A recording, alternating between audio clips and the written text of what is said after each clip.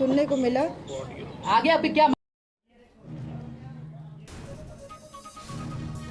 और देखिए उमेश पाल पर गोली चलाने वाले असद और गुलाम मोहम्मद का इनकाउंटर हुआ है। और सीधे मैं आपको लिए चलती हूँ मानवेंद्र के पास, प्रयागराज में मौजूद है। मानवेंद्र के साथ खास मेहमान है, मानवेंद्र उनसे बात कीजिए।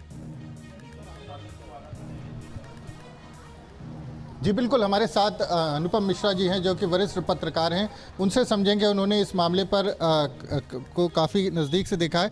वैसे ये बताएं कि जिस तरह से इनकाउंटर हुआ, किस तरह से देख रहे हैं इस पूरी घटना को?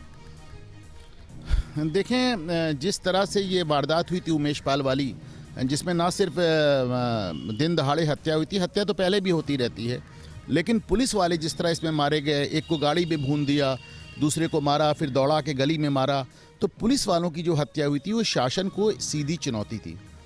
देखिए, पॉलिटिकल साइंस का पहला सिद्धांत है कि स्टेट का वायलेंस में मोनोपोली होती है, हर आदमी वायलेंस अपने हाथ में नहीं ले सकता।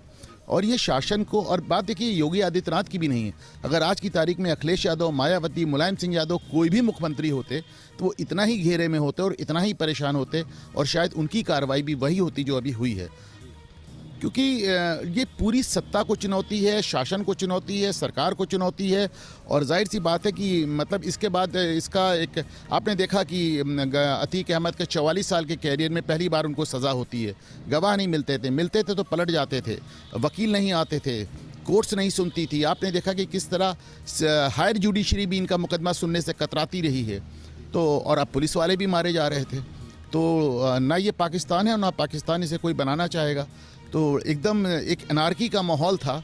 अब ऐसे में इस तरह की कार्रवाई, और ख़ास तौर से अतीक अहमद का आजन्म कारावास हो जाना, उनका इनकाउंटर नहीं होना, गाड़ी ना पलटना, और पूरा नियम से और कानून से उनको सज़ा दिलाना, ये से भी कुछ ऐसी घटनाएं हुई हैं पिछले दिनों में जिससे मैं कह सकता हूं कि शासन का एक बार वापस लौटा है।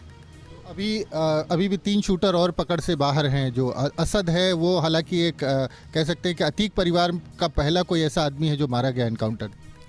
ये भी है, और देख रहे हैं आप, इसको मान के चलें कि जो इनकी फ़रार होने का जिसको प्लान बी कहा जा रहा था, तो जाहिर सी बात है कि चूँकि असद अतीक का लड़का था, तो फरारी में जितनी सहूलियत और जितनी इंतज़ामात उसके लिए किए गए होंगे, किसी के लिए नहीं किए गए होंगे। और अगर इसके बावजूद अगर असद पकड़ा गया, असद मारा गया, तो बाकी शूटर अब बहुत दिन की बात नहीं हो सकती। सब भी पकड़े जाएंगे एक दिन। अब पकड़े जाएंगे, मारे जाएंगे, ये तो समय बताएगा।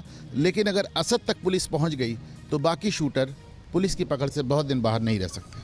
और जिस तरह से पूरी घटना घटी थी, अगर हम बात करें प्रयागराज में, एक तरह से लोगों ने कहा कि अतीक का खौफ फिर से लौट आएगा। इतने लोग मारे गए हैं, 2 गनर पुलिस के सरकारी गनर मारे गए। इसके अलावा उमेश पाल की जिस तरह से सीसीटीवी फुटेज सामने आई थी, तो एक तरह से फिर से खौफ था। लोग कह रहे थे अतीक का जो खौफ है वो लौट आएगा। लौट आएगा नहीं मानवेंद्र, लौट आया था।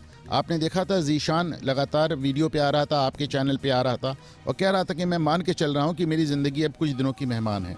तो खौफ लौट आया था। ये माना जा रहा था कि जेल के अंदर रह के भी वो इतने बड़े कांड को अंजाम दे सकते हैं, और ऐसे में अगर इनको सज़ा नहीं होती और इस तरह की कार्रवाई और इनकाउंटर्स नहीं होते, तो आप यकीन माने कि इसमें से जुड़े हुए जितने लोग थे, 7, 8, 9, 10, 11, 12, इनके एक फ़ोन पे करोड़ों रुपए की वसूली आती।